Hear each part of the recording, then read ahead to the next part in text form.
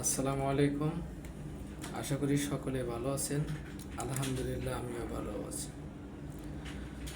অষ্টম অষ্টম শ্রেণীর শিক্ষার্থীদের 2 অধ্যায় মুনাফার হার নির্ণয় করো।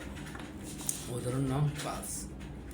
শতকরা বার্ষিক কত মুনাফায় 3000 টাকার 5 বছরের মুনাফা 1500 টাকা হবে?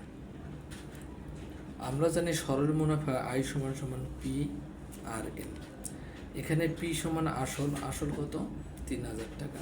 আই সমান মুনাফার হার কত দেওয়া আছে? 1500 টাকা। এন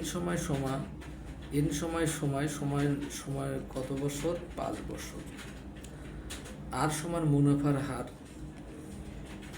মানে মুনাফার হার আমরা বের করব। তাহলে আমরা যেহেতু মুনাফার হার বের করব, বা আর সমান কত? I divided by P N. আর সমান আই এর মান হতেছে 1500, পির মান 3000, আর এন সমান কত? 5 বছর।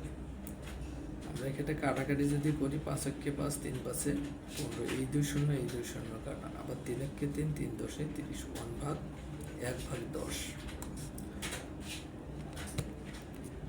আমাদের মুনাফার হার সমান 1/10 গুণন 100%। যখন আমরা পার্সেন্ট বের করতে যাব, তখন 100 গুণন করতে হবে, তখন পার্সেন্ট হয়ে যাবে।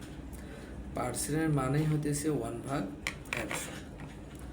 তাহলে দশককে 10, 10 10 100 সমান 10%। উত্তর 10%। ধন্যবাদ।